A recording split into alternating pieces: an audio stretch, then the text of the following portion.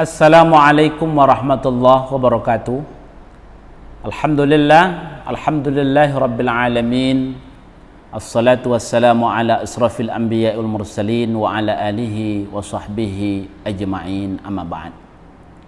Sahabatku yang dimuliakan oleh Allah Subhanahu wa taala, bagi bangsa Indonesia, Ramadan bukan hanya urusan agama atau syariah, tetapi sudah berubah wujud menjadi urusan tradisi yang sulit dipisahkan dari lifestyle dan mentalitas bangsa.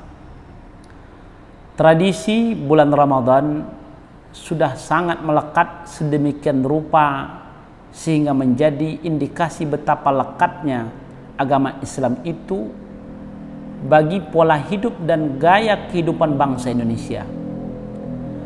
Keliru besar kalau dikatakan bahwa agama Islam hanya sekedar pendatang baru di Nusantara ini.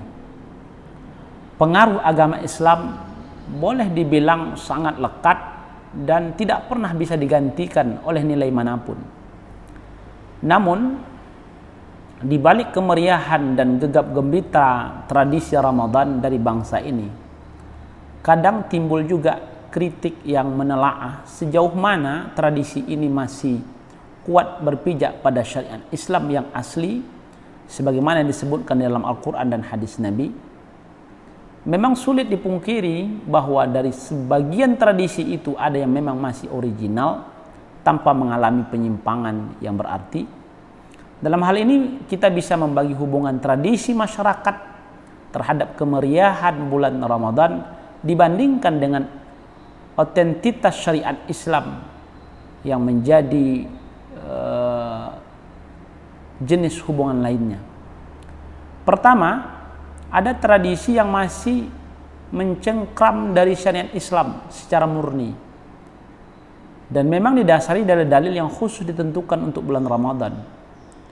Yang kedua, ada tradisi yang masih sejalan dengan syariat Islam secara umum, namun tidak secara khusus diperintahkan untuk dikerjakan hanya pada bulan Ramadan.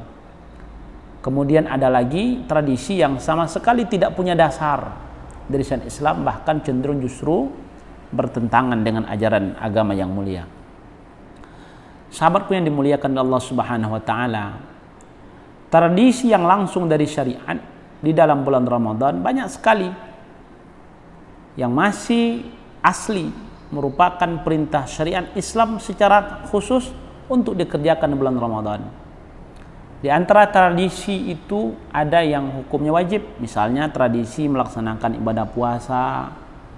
Sedangkan sahur merupakan sunnah, dalam artian seandainya terpaksa karena suatu hal tidak sempat untuk makan sahur, maka hukumnya tidak berdosa. Selain itu juga disunahkan untuk mempercepat iftar, menyegerakan berbuka.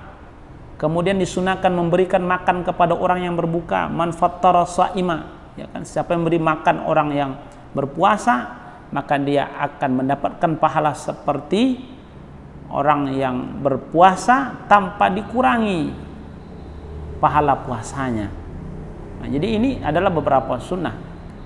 Kemudian ada lagi sunnah secara khusus di bulan Ramadan itu adalah sunnah salat tarawih. Salat sunnahnya setelah salat isya yang hanya khusus disyariatkan di dalam bulan Ramadan. Sahabatku yang dimuliakan oleh Allah Subhanahu wa taala, maka oleh sebab itu tradisi yang disebutkan tadi ini merupakan tradisi yang masih punya landasan syar'i yang kuat. Tasahharu fa inna fis sahur barakah. Makan sahurlah kalian karena dalam sahur itu ada keberkahan. Hanya saja tradisi membangunkan orang sahur itu yang tidak sunnah lagi, menjadi sesuatu yang mungkin bisa jadi haram.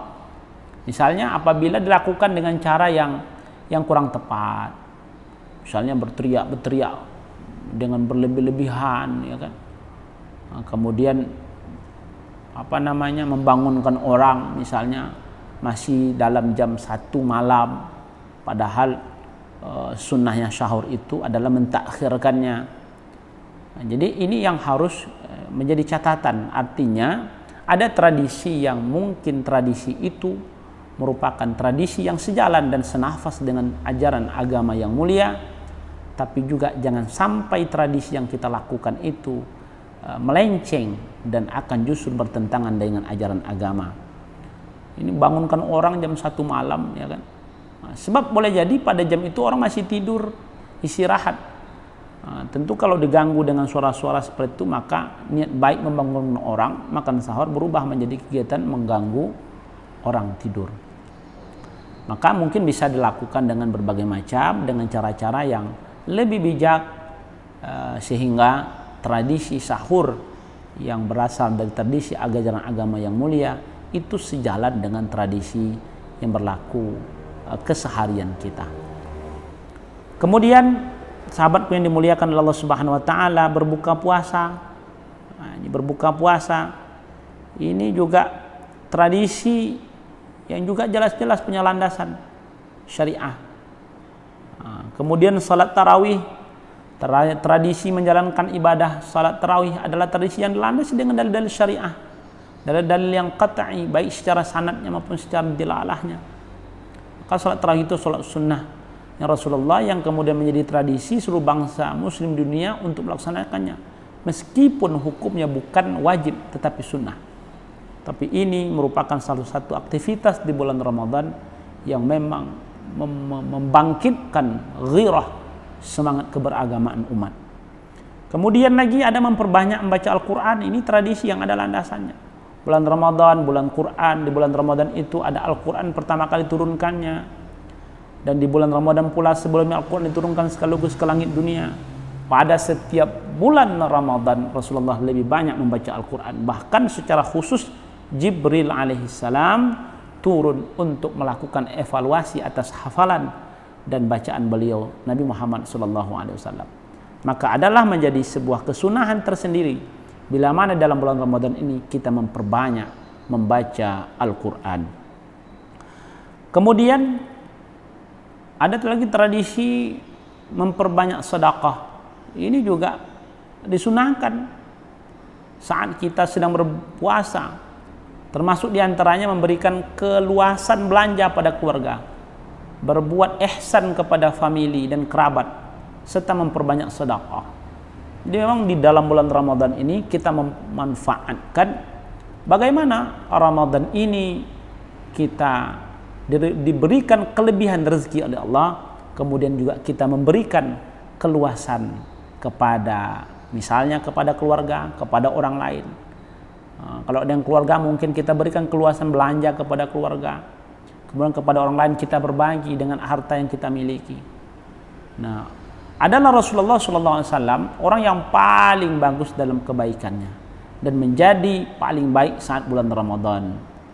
Oleh sebab itu ini juga harus menjadi tradisi yang harus dipertahankan, karena ini juga punya dasar atau punya dalil. Sahabatku yang dimuliakan oleh Allah Subhanahu wa taala, ini beberapa tradisi yang terjadi yang sejalan dengan nilai-nilai dan punya dalil.